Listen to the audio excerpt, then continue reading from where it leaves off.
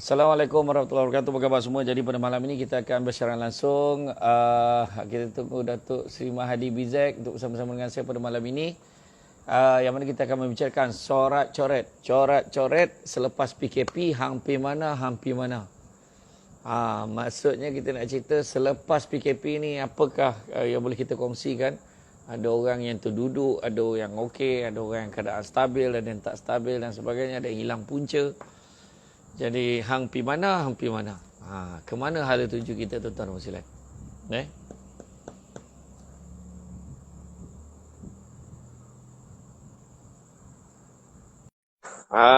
Kita tunggu kehadiran Datuk Seri Mahathir Bizek. Usahawan yang berjaya. Assalamualaikum warahmatullahi wabarakatuh. Waalaikumsalam. Siapa request? Siapa? Tak tahu. Hang pi mana, hang pi mana. Saya di sini. Tak Aduh. Itulah. Lama tak jumpa kan? Itulah tu, lama tak jumpa. Tapi dalam lama-lama tak jumpa, kalau saya ingat saya lah. Saya ingat daripada 2000, saya ingat hari ni kita dah masuk tahun yang ke-6 dah kita ni kawan dah ni. Betul. Betul, lama dah. Plan tapi umrah tak pergi. Itulah tu. Aduh, insyaAllah. InsyaAllah lepas ni kita kena insyaAllah doa mudah-mudahan. Kan? Jadi pada malam ini kita cerita tentang coret-coret PKP.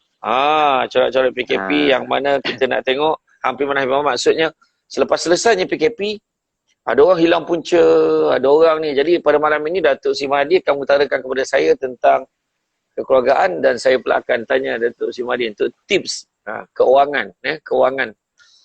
Jadi malam ni kita kepada semua boleh orang-orang yang biasa-biasa kita nak berfikir macam mana. Sebab saya dah berkawan dengan Datuk Seri Mahathir ni lama dan kami tak pernah sekali pun take advantage antara satu sama lain. Kami tak pernah pun cerita nak pinjam duit pun tak pernah.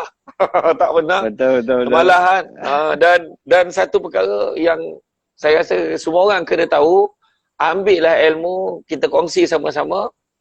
Macam mana agaknya kita nak ubah? Kita orang biasa-biasa, Datuk Seri Mahathir bukannya dilahirkan tiba-tiba kaya, tetapi apakah cara kita fikir, usaha kita dan amalan kita tu yang kita nak share dengan semua orang. Kan? Jadi malam ni, jadi saya ingat malam ni sebaik-baiknya biasa lah mula sebelum saya kena tanya, baik saya tanya dulu. Saya rasa macam tu kan. Jadi kalau nak tanya, okey, nak tanya bagaimanakah Datuk Seri Mahathir melihat peluang sebenarnya lepas PKP ni? Ada orang cakap lepas PKP ni peniaga habis lah. Jadi peluang adakah sebenarnya lebih baik ataupun ada yang cakap susah sikit lah lepas PKP ni atau macam mana Datuk Seri? Alright. Soalan tu sangat sempoi lah saya katakan. Okey, sebenarnya before dengan after PKP ni, dia benda yang sangat penting. Sangat menarik sebab PKP ni, kita kata COVID lah kena cakap. COVID ni sebenarnya ada hikmah. Macam saya tengok live Ustaz selalu explain. COVID ni sebenarnya ada benefit, ada hikmah kalau kita nampak benda tu. So Ustaz punya soalan, apa berlaku lepas COVID? Bagaimana kita peluang-peluang pekerjaan ataupun usahawan? Okey. Saya nak kongsi sikit kalau kita, the moment kita dapat dilanda COVID, benda yang paling penting sekali kita kena adapt changes. Ramai orang tak adapt changes. Contoh, apa maksud adapt changes? Sebelum ni dia offline. Dia memang tak buat online. Dia memang tak ada Instagram, tak ada online, tak ada website, tak ada itu, tak ada ini. Dia memang refuse untuk buat benda tu. Bila dia refuse, dia punya peluang tertutup. Tapi bila orang yang terbuka minda dia terhadap peluang, apa yang berlaku, dia boleh ambil bisnes-bisnes yang online ataupun bisnes yang sementara ataupun bisnes yang contracted ni, kita panggil sebagai gig economy. GIG. Tadi pagi saya cakap dekat TNB pasal topik ni. Pre and post COVID pasal gig economy. Apa maksud gig economy? Adalah orang yang buat online, yang Grab Food lah, Food Panda, yang buat website online, yang buat apa-apa saja dah yang based on the project basis.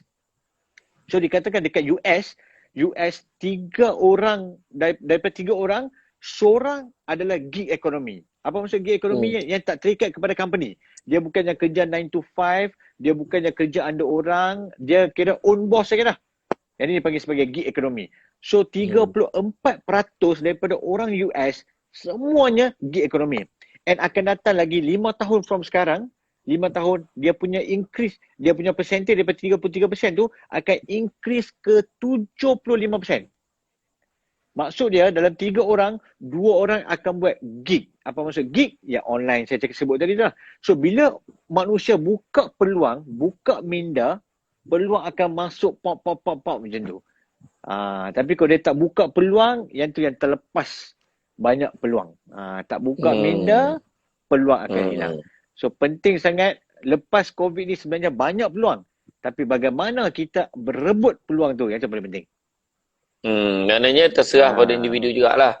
Cara dia respon kepada pada permasalahan. Okey? Betul. Okey, jadi so, sekarang jadi balas pantun. Datuk Sri Mahdi nak tanya soalan apa? Okey. Soalan yang kita nak kemukakan Ustaz Syamsul ni adalah tentang dia punya forte lagi dah. Dia punya kepakaran, dia punya forte dah ni. Adalah tentang kekeluargaan. Memang saya kenal Ustaz Syamsul pun daripada ceramah kekeluargaan. Ya. Di mana rahsia? Kajang. Rahsia. Dekat Kajang. Dekat Kajang. Kelu dia Kajang Kelu Kajang. Okey. Okey. So Ustaz, kita tahu kekeluargaan adalah sangat penting untuk membina future yang cerah. Cerah, secerah kita punya live hari ni.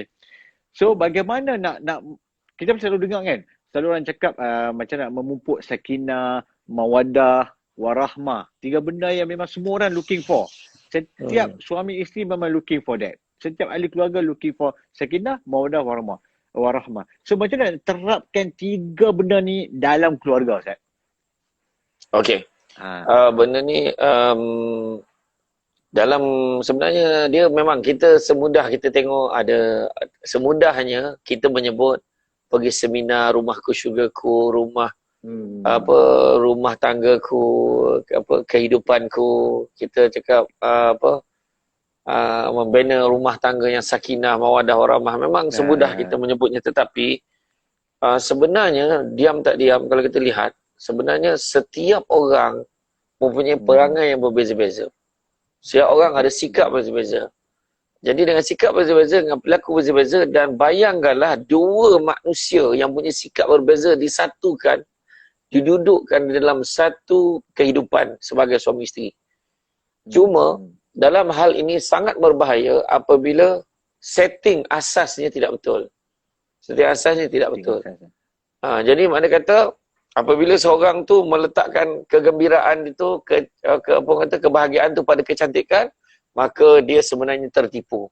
Sebab sampai masanya mungkin dia sudah tidak cantik lagi, sudah tidak lawa lagi, maka pada ketika itu dah tak ada lagi dah perasaan orang kata sayangnya sebelum ini. Kalau dia letakkan cinta itu berdasarkan kepada kekayaan dia, mungkin juga tertipu sebab sampai masa mungkin diuji dengan kesusahan, diuji dengan kesulitan, maka berketika itu saling tinggal meninggalkan antara satu dengan yang lain. Itu sebab kebanyakan manusia dia lebih mudah diuji dengan kesusahan sebenarnya. Bila susah dia lebih ingat Allah. Jadi berbalik-balik balik cerita sakinah, mawaddah, warahmah ni apa pun kena balik pada Allah balik. Amalkanlah apa yang diperintahkan oleh Allah dan juga sunnah Nabi, insya-Allah dia akan mencapai. Sakinah ni maksudnya kalau dalam surah Ar-Rum ayat 21 dia kata, dan dia jadikan dan di antara tanda-tanda kekuasaan kami maka dijadikan pasangan kamu tu, isteri kamu tu daripada jenis-jenis kamu sendiri supaya kamu rasa cenderung kepadanya. Itulah rasa sakinah tadi.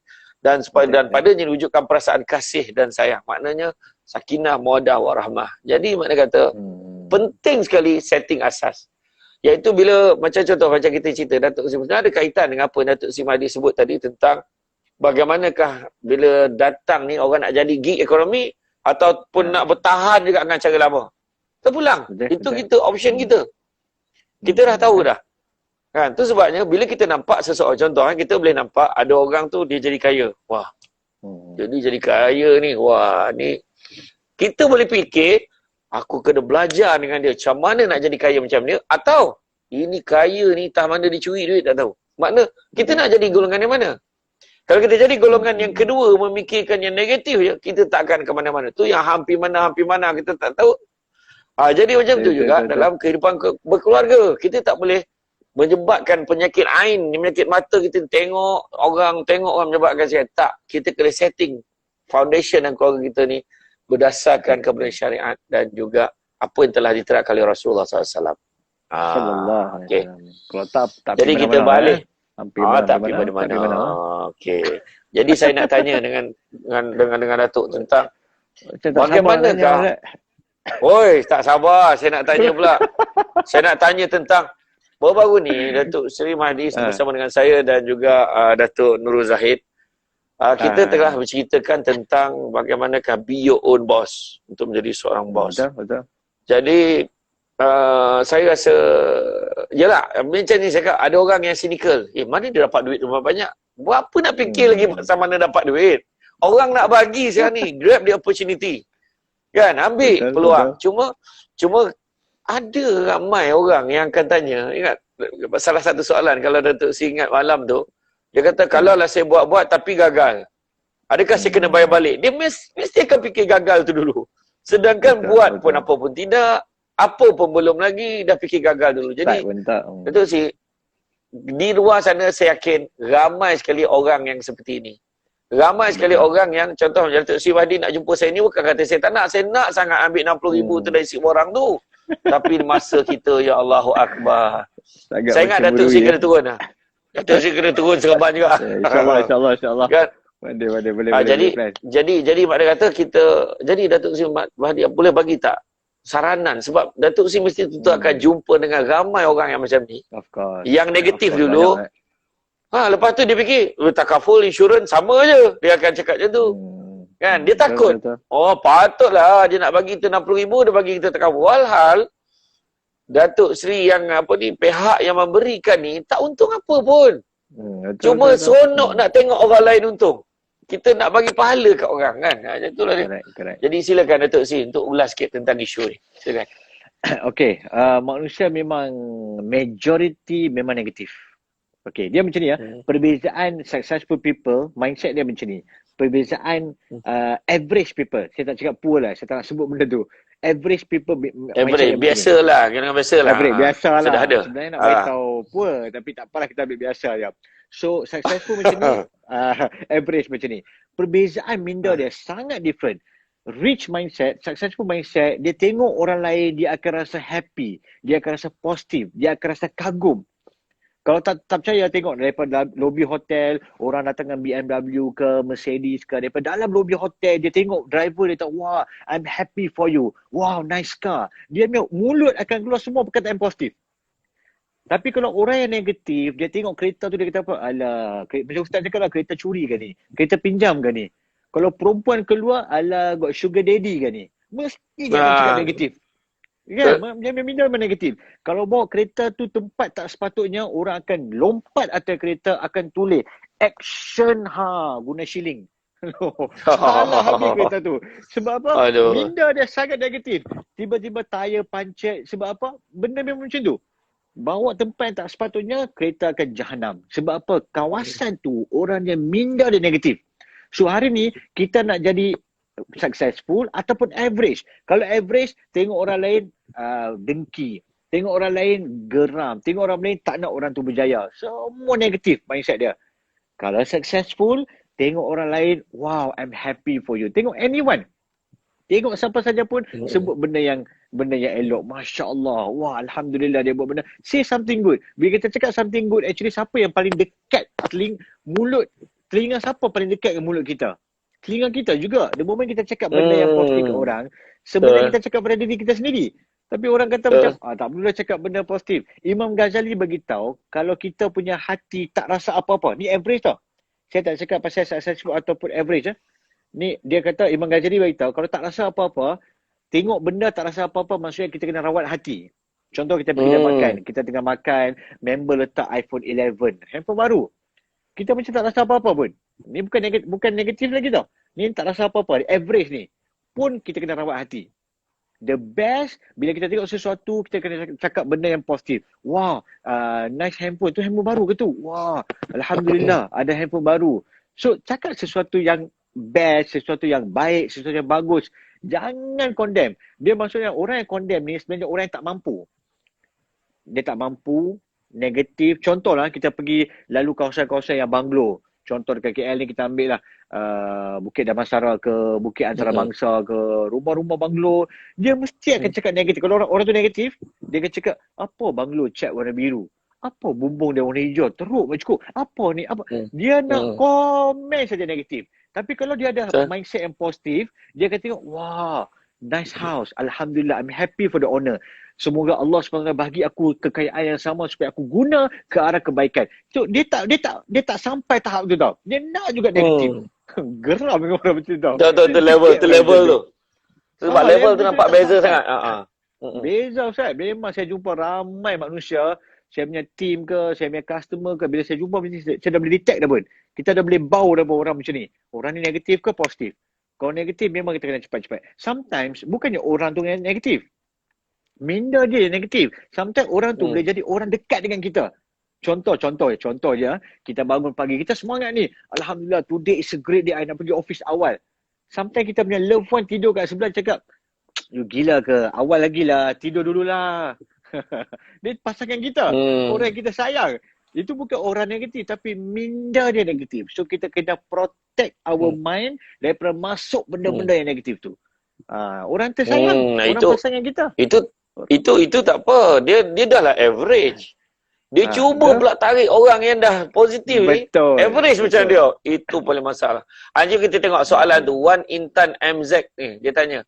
Fikir gagal itu sebab modal limited. Duit berkurangan. Tapi mencuba berniaga untuk keluar dari zon selesa. Tapi sekiranya gagal, loan nak bayar, tanggungan bebanan bertambah. Kadang-kadang itu punca rumah tangga bermasalah. Nampak? Jadi ini satu lagi lah punca. Saya bukan nak salahkan Puan Wan Intan. Tapi Puan Intan saya faham. Ini benda-benda yang mindset yang kita kena buang dulu.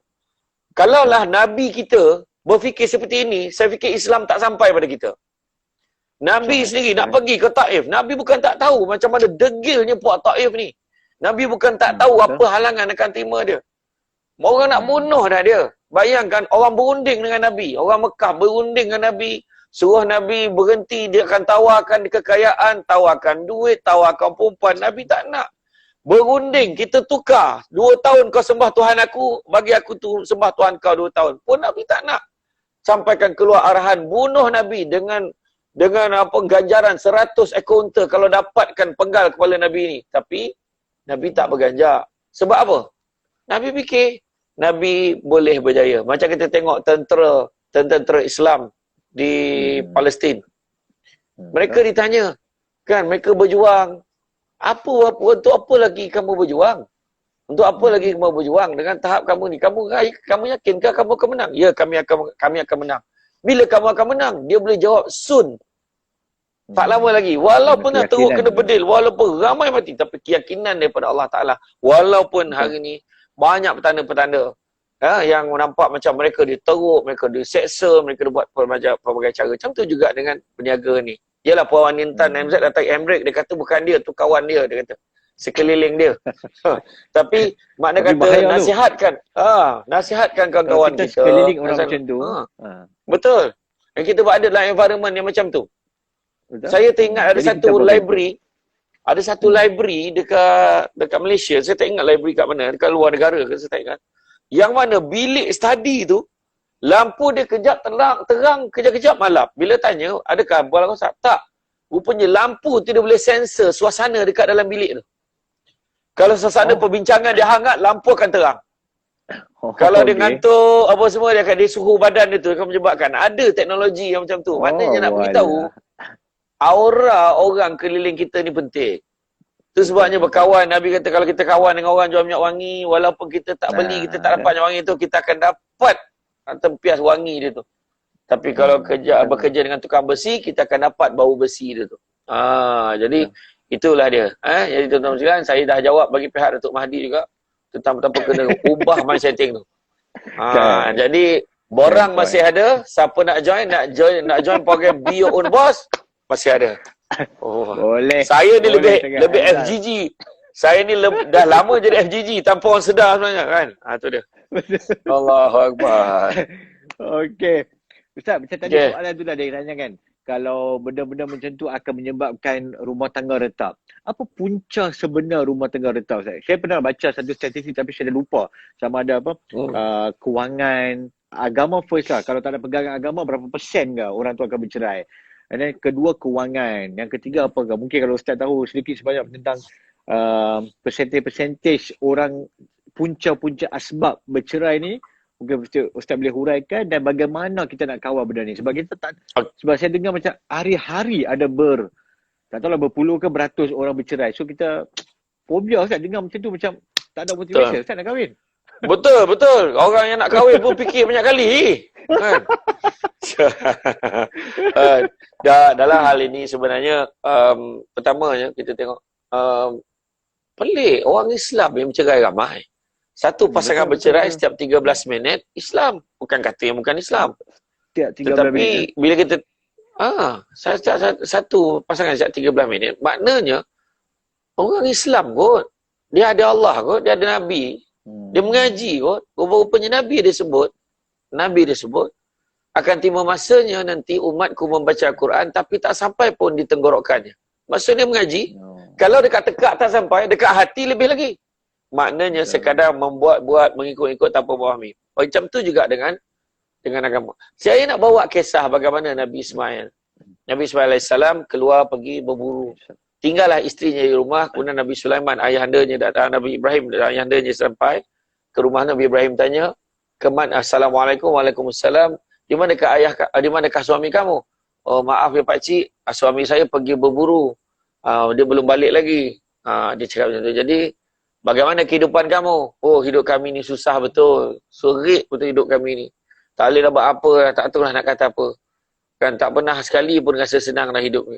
Jadi Nabi Ibrahim, dia tak tahu Nabi Ibrahim ni ayahanda kepada Nabi Ismail.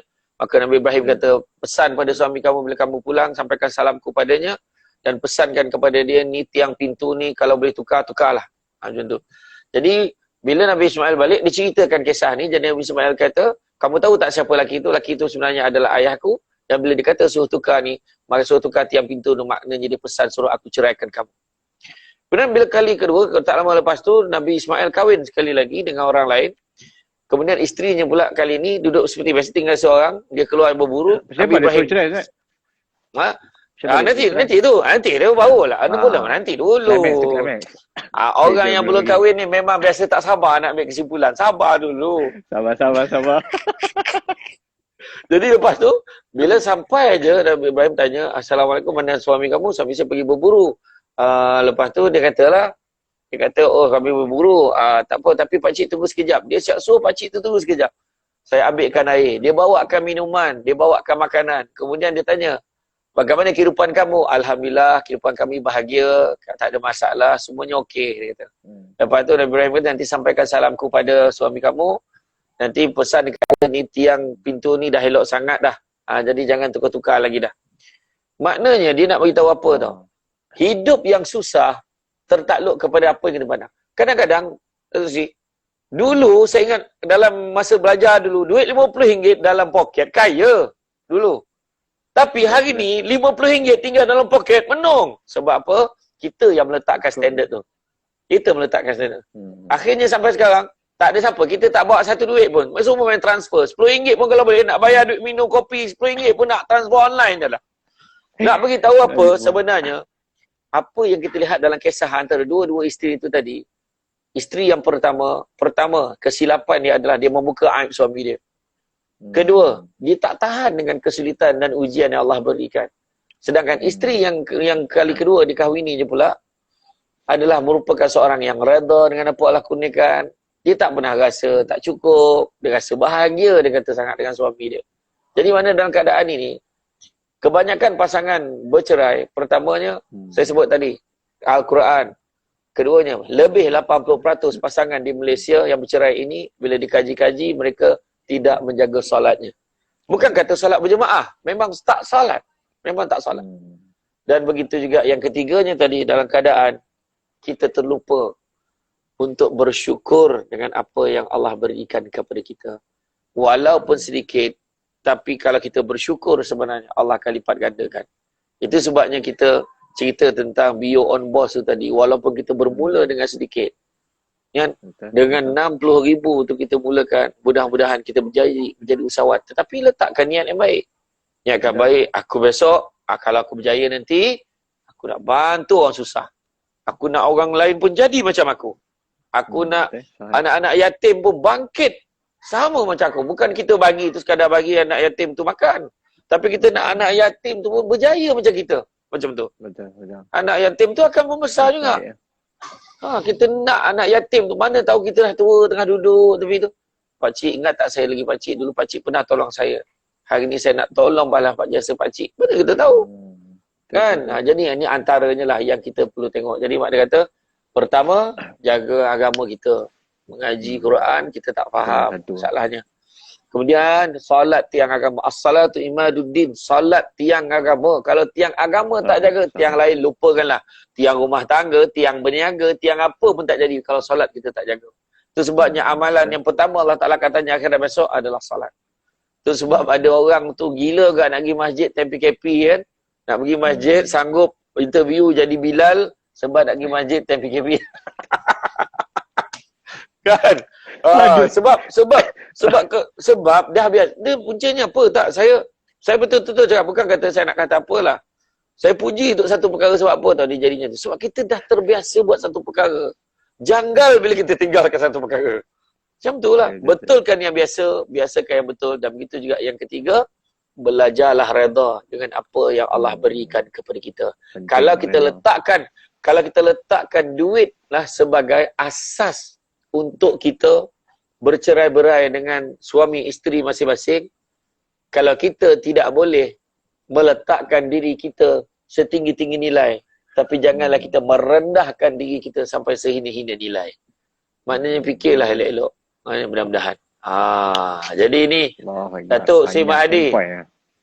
Soalan tu Datuk Sri Mahdi. Assalamualaikum ni Ni siapa ni? Syed Siddiq dia kata. Assalamualaikum. Alang-alang bercerita pasal COVID. Boleh tak bagi sikit kata-kata motivasi dan idea untuk bangkit kepada individu terkesan dengan hilang kerja atau punca pendapatan oleh kerana permasalahan COVID ini? Datuk Sri Mahdi, bagi sikit. Selain daripada nak bagi 60,000 tu, cerita benda lain pula. Okey, yang saya tak cerita Ustaz sudah tu. Tak, saya takut cerita kau lain dah saya tak hafal. Boleh. Simpan untuk saya sebab satu lot tu. Boleh Ustaz, boleh. Okay. So, benda lepas COVID ni banyak orang terkesan. Macam tadi kita ada uras kan. Bila terkesan ni, first thing you kena remain positive. Remain positif sangat benda penting. Sebab apa? Energi ni, kita boleh rasa tau energi dia. Kalau kita positif macam Ustaz kata lah, lampu pun boleh rasa, ini kan pula manusia. Kita sebenarnya boleh rasa benda tu. And juga kita boleh lihat energi. Ramai orang tak sedar yang kita boleh lihat energi. Apa maksud boleh lihat energi? Contoh, siapa dekat rumah ke apa sekarang ni, okey, tengok dekat lampu, tengok bahagian lampu. Tengok kan lampu putih, especially lampu putih ke apa kan. Kan ada benda-benda yang bulat-bulat yang macam bentuk L, yang bulat-bulat macam molekul-molekul tu kan. Bila kita tengok bawah, dia akan turun ikut kita. Betul. Nampak? Yang tu lah sebenarnya energi. Yang tu sebenarnya energi. So, kita boleh nampak energi. Cuma yang kita tak tahu tu positif ke negatif. Macam kita tengok sekarang, dia akan datang kat depan mata kita, dia akan jalan-jalan macam bukan tek mata, orang ingat ni tek mata aku berapa ni. Belak masih ada juga. Sebenarnya yang itulah adalah energi. And energy akan datang kalau kita ada positive energy. Kita berada positif, dia akan attract benda tu. Dia macam magnet. Minda kita macam magnet. So lepas COVID ni, benda paling penting, you kena ada magnet yang betul. Saya minta maaf, saya sangat risau dekat orang muda bila datang Oktober nanti. Bila moratorium dah habis, minta maaf, ramai orang akan terkesan. Sekarang okey lah semua macam comfort sikit sebab tak payah bayar duit rumah, tak payah bayar duit kereta, tak payah bayar itu ini semua. So macam relax je. So jangan relax. Waktu ni lah kena pulun betul-betul. This is the time untuk cover balik apa-apa yang dah COVID waktu tu. Untuk move forward, untuk dapat active income, passive income. Apa maksud active income? Bila you kerja, you dapat duit. Itu maksudnya active income. Satu lagi ramai orang tak sedar, passive income. Ramai successful people, they based on passive income. Apa maksud passive? Bila dia tidur pun, duit masuk. Bila dia tidur pun, income dia berjalan. Mungkin not every minute, tapi at least every week duit masuk. Or at least every month lah. Kurang-kurang pun every month. Dia tengok every month, oh ada. Walaupun dia tak bekerja. Dia bekerja penambahan. Tu panggil aktif. Manusia ada dua income. Satu aktif, satu pasif. So dua-dua kena selari. Kalau boleh pasif kena lebih. Pasal tu all the successful people, contohlah kita ambil the richest man in the world. Kita ambil Warren Buffett, one of the top 3. Apa dia buat? Dia buat ni lah, beli-beli saham and so on. So dia pandai cari saham yang terbaik. Sekarang opportunity sangat banyak. So lepas COVID ni peluang sangat banyak. Believe me, peluang banyak. Jangan ada mindset yang macam, weh tak boleh lah, peluang tak ada lah, peluang tertutup lah. Jangan ada mindset macam tu. So you must betul-betul ada magnet dalam diri you, magnet dalam minda, supaya mana-mana pergi, you nampak peluang. Contoh lah, nak bagi satu story lah. Satu Mr. Bata nama dia. Bukan nama sebenar. Mr. Bata. Dia hantar Mr. Bata. Dia hantar 2 orang pergi South Africa. Bila dia pergi, hantar 2 orang pergi South Africa untuk jual kasut. Tu kita bukan nama sebenar. Dia pergi hantar 2 orang ke Afrika untuk jual kasut. So lepas minggu, orang ni pulang. 2 orang ni balik, dia kata, Allah, Mr. Bata tak boleh jual lah kasut kat sana. So dia kata, kenapa? Mana ada orang pakai kasut? Ni dulu lah kan, dulu. Mana ada orang pakai kasut kat sana? Susah nak jual kasut. Lepas tu Mr. Bata pun send lagi 3 orang super salesperson daripada Financial Genius Group. Tiba-tiba so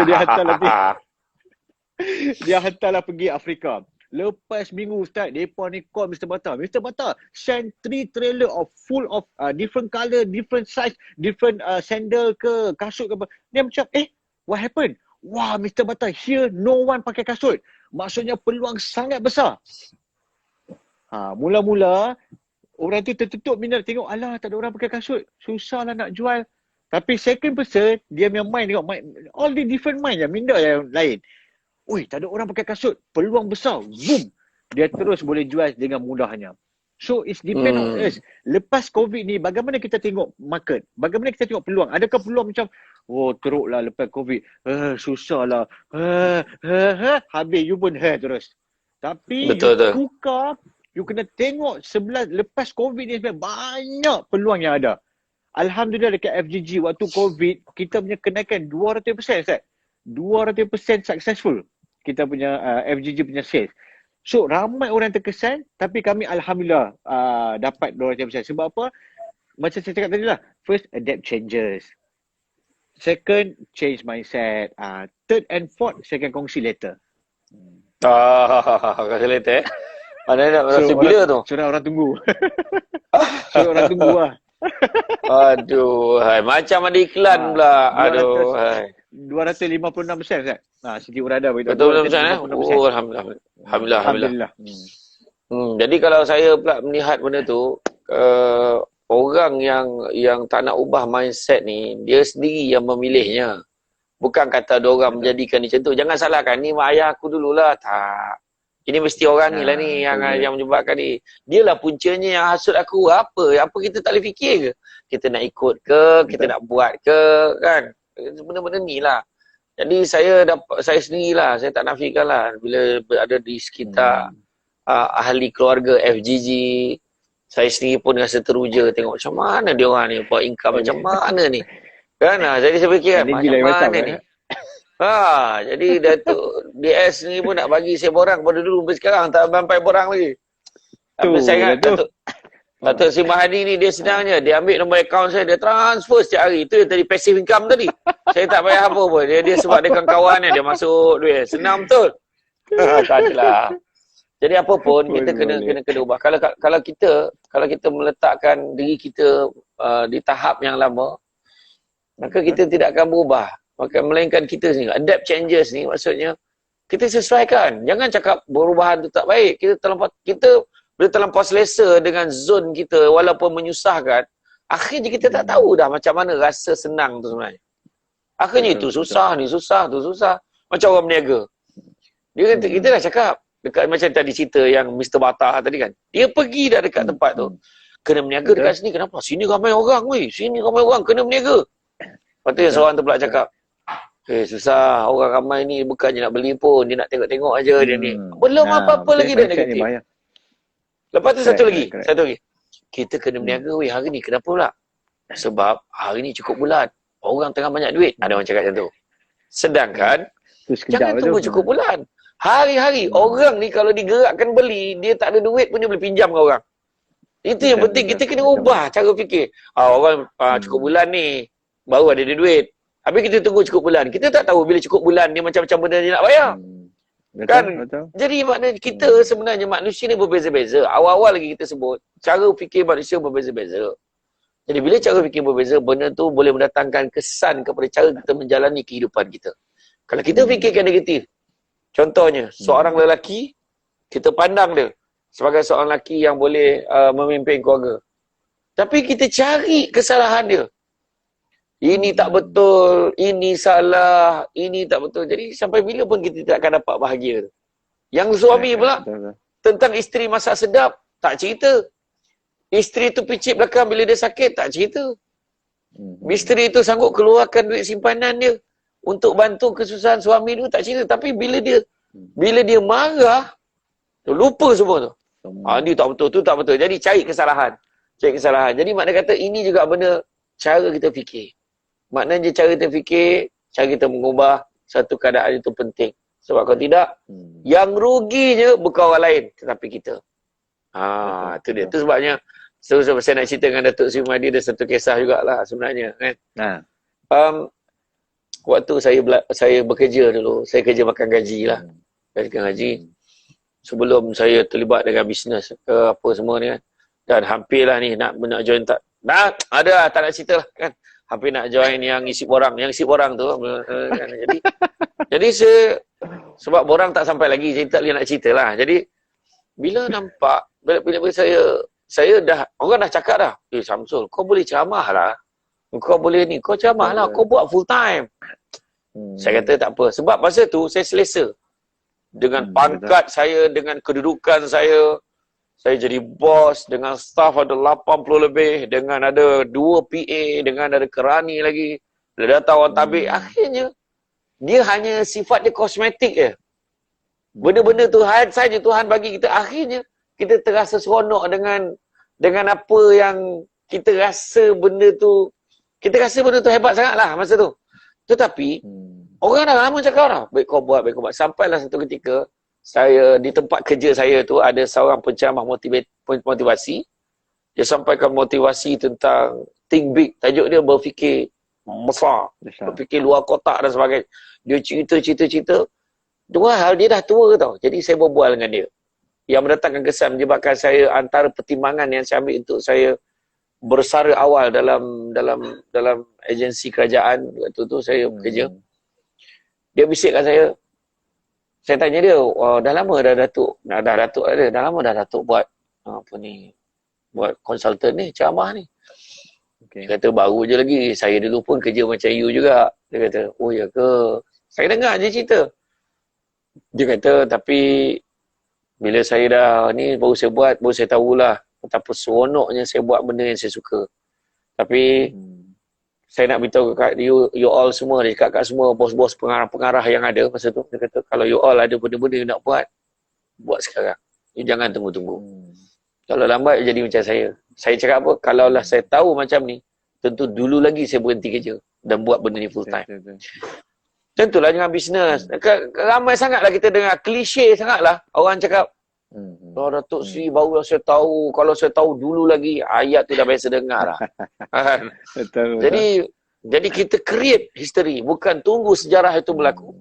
Kita yang cipta sejarah. Ya. Okey, Datuk Sri, ada soalan lain lagi? Okay. Ada, of course ada. Okay, Zat. Kita tahu kekeluargaan ni adalah macam mana saya cakap, macam bridge ke jannah lah. Bridge jambatan ke syurga ni. Tapi macam tadi Ustaz cakap, banyak orang yang bercerai, setiap 13 minit orang bercerai. So bridge tu tak nampak dah pun nak menuju ke syurga. So bagaimana nak membentuk keluarga yang sangat Masya Allah sampai memang Insya Allah syurga adalah destinasi yang terakhir. Syurga adalah destinasi yang, bagaimana mereka menghalungi jambatan tu, macam mana nak lalu jambatan tu Ustaz? Ni mungkin untuk orang yang sudah kahwin, ataupun yang belum kahwin pun macam mana Ustaz nak melalui benda tu? Satu, petik surah Asy-Syura ayat 20. Allah Ta'ala bagi tahu, barang siapa yang mengejar keberuntungan akhirat, nescaya kami akan tambahkan keberuntungannya itu. Kejar akhirat maknanya dunia pun dapat. Tapi barang siapa yang mengejar keberuntungan dunia, nescaya kami akan berikan sebahagian saja daripada keuntungan dunia itu. Malahan tidak akan pernah ada di dalam hatinya perasaan bahagia sedikit pun. Maknanya, kejar dunia akhirnya kita akan kecewa. Tapi kejar akhirat dulu kita akan dapat. Maknanya persediaan. Maknanya kita tak ada masalah pun. Bukan tak boleh pakai handphone. Bukan tak boleh kaya. Bukan tak boleh ada. Tapi jangan lupa untuk persediaan akhirat. Maknanya beribadah kepada Allah. Jangan lupa. Kedua, banyakkan bersedekah. Bayangkanlah. Orang yang paling disukai. Ibadah yang paling disukai kepada umat Islam. Tak lama lagi kita nak sampai. Dan pada Aidil Adha. Paling disukai pada Aidil Adha adalah menyembelih. Maknanya bersedekah dengan cara kita berkorban, menyertai sembelihan korban. Jadi mana kata kita kena buat. Sebab kalau kita tak buat, rugi kita. Inna a'tainakal kautsar. Sesungguhnya kami telah memberikan kurniaan yang banyak. Fassalli li rabbika wanhar. Maka bersolatlah dan sembelihlah. Itu sebabnya kalau tak mampu seekor, kita masuk satu bahagian. Kan? Tak mampu satu bahagian, sumbangkanlah duit kepada orang yang korban dekat masjid tu. Mudah-mudahan dia buat belanja makan untuk bagi orang yang bekerja melapah tu. Dah tu je kemampuan kita. Tetapi bersedekah ini akan mengkayakan hati, akan memanjangkan usia, akan membersihkan harta walaupun sikit cukup, yang banyak bertambah-tambah, dan juga yang keempatnya akan melancarkan rezeki kita insya-Allah. Jadi ini sebenarnya jangan cerita cerai. Bila kita, kenapa punca cerai? Tak bahagia. Kenapa tak bahagia? Sebab tak jumpa jalan bahagia. Kenapa tak jumpa jalan bahagia? Sebab jalan yang Allah dah tunjuk tu kita tak ikut. Tapi kita memilih jalan yang batil dan juga jalan yang lara, tuan-tuan dan puan-puan sekalian. Allah. Okey, soalan untuk Dr. Madim. Perspektif. Nak tengok. Ini soalan yang beramai netizen dan live kita nak tanya. Oi, live. Antara orang live, kita panggil live, orang yang tengok live. Antara orang yang makan gaji dengan orang yang bisnes. Yang mana sebenarnya lebih menjamin? Jadi saya tahu Datuk Mahdi dia akan jawab cara orang kata seminar 5 bintang. Silakan Datuk Mahdi, silakan. Dia nak dengar. Okey. Tuan-tuan jangan main. Kalau pergi hotel saya kena bayar mahal ni. Yang ni tak. Yang ni kita dengar malam ni. Alright. So, yang mana yang paling penting, macam kita sedia maklum lah. Ada hadis mengatakan Rasulullah bagi tahu rezeki 9 per 10 rezeki adalah datang daripada berniaga.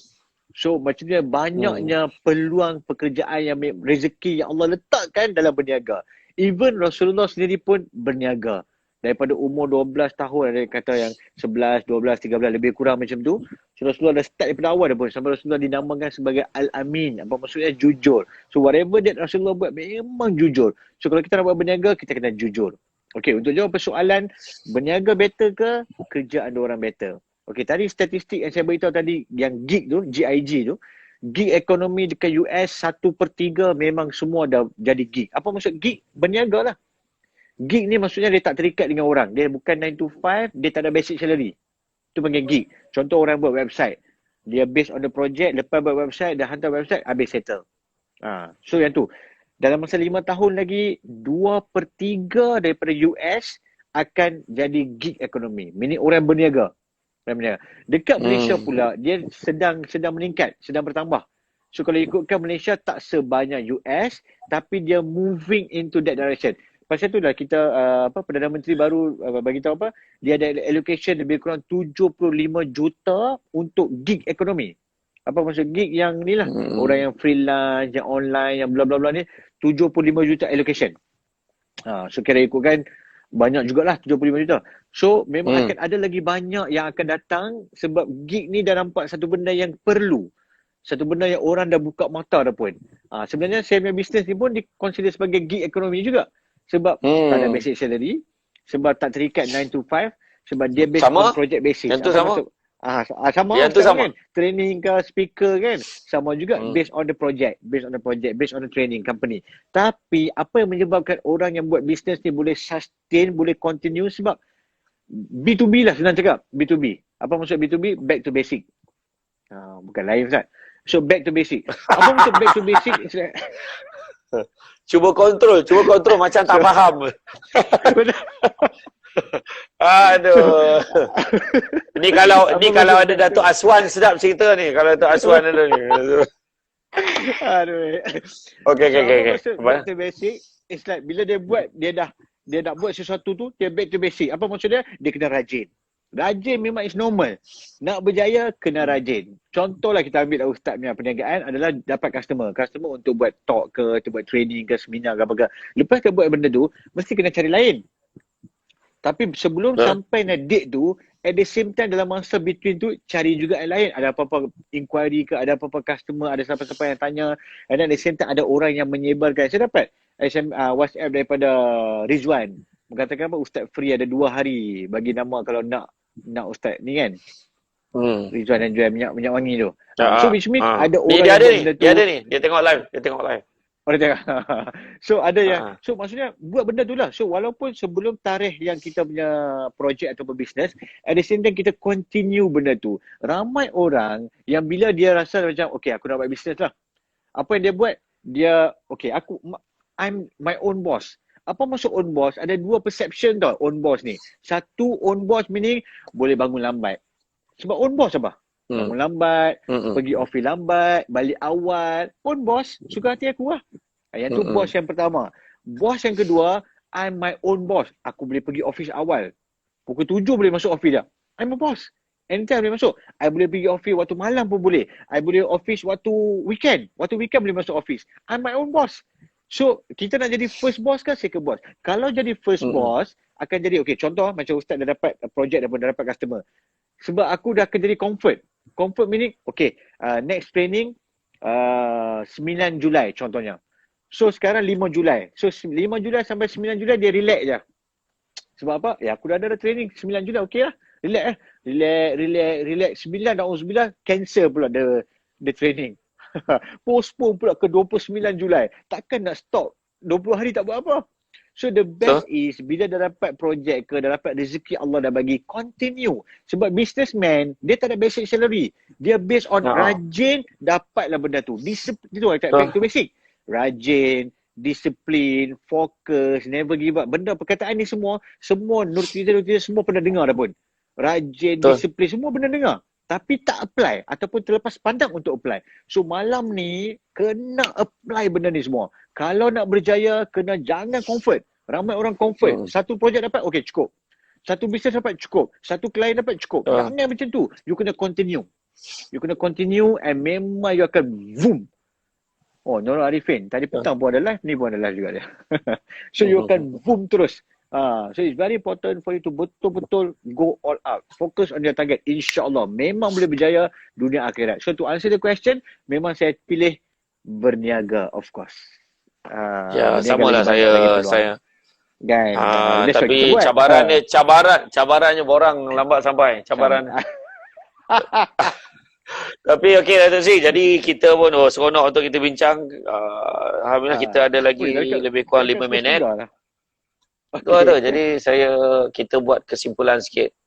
Jadi mungkin Datuk Sri Mahdi boleh wrap up sikit, bagi nasihat kepada semua sebelum kita mengakhiri program kita malam ni. Silakan.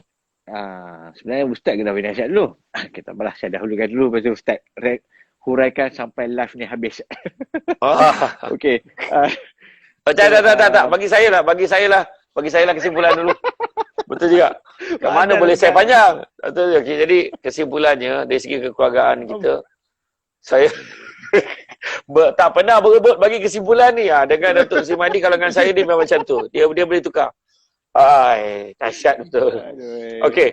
Jadi kesimpulan saya nak buat adalah saya selalu sebut ada satu analogi, ada satu hamba Allah ni, dia mengajar saya satu kali. Ada orang dia naik kereta, dia nak pergi ke Johor.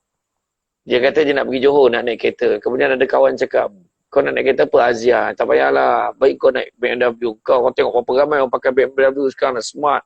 Lepas tu bagak sikit kau pergi. Barulah cepat sampai. Barulah selesa. Oh. Okey. Dia pun pergilah tanya macam mana dapatkan BMW tu. Pergilah bank buat loan apa semua ni. Macam-macam lah. Akhirnya tak lulus. Salah tak lulus ni. Dia kata tak cukup kelayakan nak beli kereta sebab hutang tinggi lah. Komitmen tinggi. Allah macam mana ni. Jadi macam-macam akhirnya dia kata, kau pinjam dengan kawan ni. Kawan ni boleh bagi pinjam. Dia pinjam pula nak beli kereta tu. Akhirnya, dia terlupa tau. Fokus utama dia adalah dia nak ke Johor Bahru. Fokus utama. Jadi macam itulah kita hidup kita kadang. Kita terlampau mengejar benda-benda yang kosmetik ni. Kita terlupa apakah niat asas kita. Kita nak capai bahagia. Nak capai bahagia. Tapi kita salah letak alamat bahagia tu duit. Alamat bahagia tu kaya. Mungkin. Tapi sebenarnya alamat bahagia ni adalah tenang.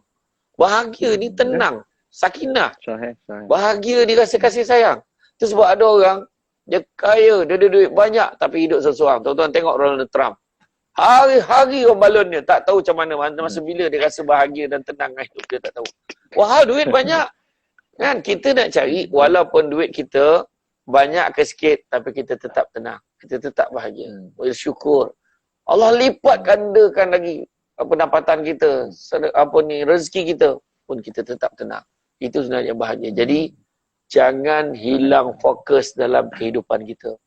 Jangan hilang fokus. Kalau kita nak buat sungguh-sungguh. Nabi kata aku paling suka umatku buat sesuatu, buat dalam keadaan yang paling teliti dan sempurna. Buat dalam keadaan yang terbaik. Mana meniaga betul-betul. Jangan meniaga tipu orang. Jangan meniaga malas. Walaupun kita ada peluang macam Datuk saya kata boleh bangun lambat, tak terikat. Tapi kita ada pilihan nak disiplinkan diri kita. Komitmen letakkan diri kita. Jadi itulah kesimpulan daripada saya. Sebab saya terlupa sebenarnya siapa tuan rumah. Jadi kena bagi tuan rumah last sekali. Kan? Jadi saya serahkan pula kepada Datuk Semadi untuk membuat kesimpulan kepada perbincangan kita malam ni. Silakan. Okey. So saya rasa perbincangan malam ni memang sangat standpoint lah, sangat santai. Hampir mana tak tahu hampir mana pun. Kita dah macam dah banyak sikit info kita bagi. So yang paling penting apa yang dia orang dengar ni kena apply. Yang paling penting kena apply. So yang tadi saya cakap tadi kan, 3 benda saya dah bagi. Satu benda last sekali adalah perkataan adalah doa. So apa perkataan yang kita guna? Kalau kita guna selalu perkataan yang positif, memang insya-Allah kita boleh berjaya. So hari ni saya nak kongsi 4 perkataan yang boleh change kehidupan kita. 4 perkataan. Apa perkataan dia? Ini bahasa Inggeris ya. Perkataan dia adalah it is possible insya-Allah. Perkataan dia apa dia? It is possible insya-Allah. InsyaAllah.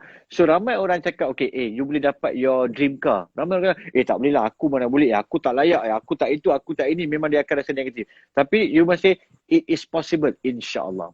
Tapi macam Ustaz cakap lah, tahu destination first.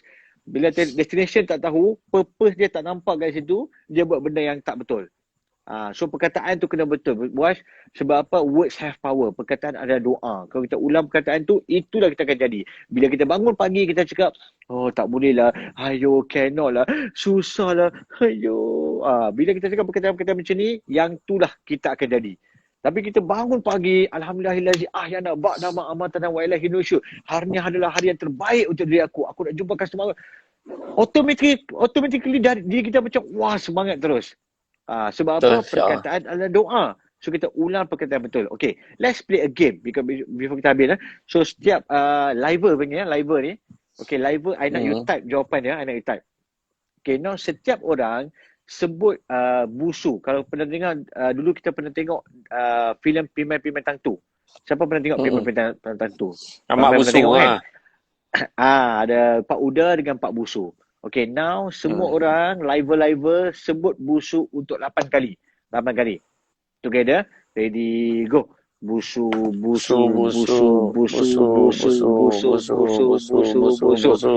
Okay, soalan. Lembu minum apa? Type. Kita tengok liver kita type. Lembu minum apa? Cepat type. Cepat type. Lembu minum apa? Susu. Cepat. Lambat sikit dia main lagging dia tu. Sampai ke internet kita nak. Salah. Apa pula lembu minum susu pula? Salah, lembu tak minum susu. Lembu bagi susu. Oh, ramai jawab susu kan? Aduh. Susu. Ada yang air, ada susu. Okey. Ni ada ramai orang yang dah delete dah. Susu, bukan susu lah. So, sebab apa you sebut susu mula-mula? Sebab ramai orang sebut susu sebab main kita. Sebab selalu sebut. Main kita. Bila kita dah sebut benda tu, selalu busu, lembu minum susu. So, lepas ni jangan ulang perkataan negatif. Sometimes kita cakap tak boleh. Sebenarnya kita boleh pun, kita cakap tak boleh. Sebab apa? Dah used to it. Dah selalu dah bercakap benda tu. So, hari ni, I want to change your mind. Change your words. Jangan sebut perkataan negatif. Sebut perkataan positif saja. Jumpa orang, Masya Allah, Alhamdulillah, Allahu Akbar, Insya Allah. Perkataan-perkataan positif. Perkataan yang Islamik lagi sempoi. Memang terbaik. Bila kita sebut benda tu, lagi pahala pun dapat. InsyaAllah. InsyaAllah. It is possible, InsyaAllah. Bila orang cakap, you boleh join FGG. Apa dah, Ustaz?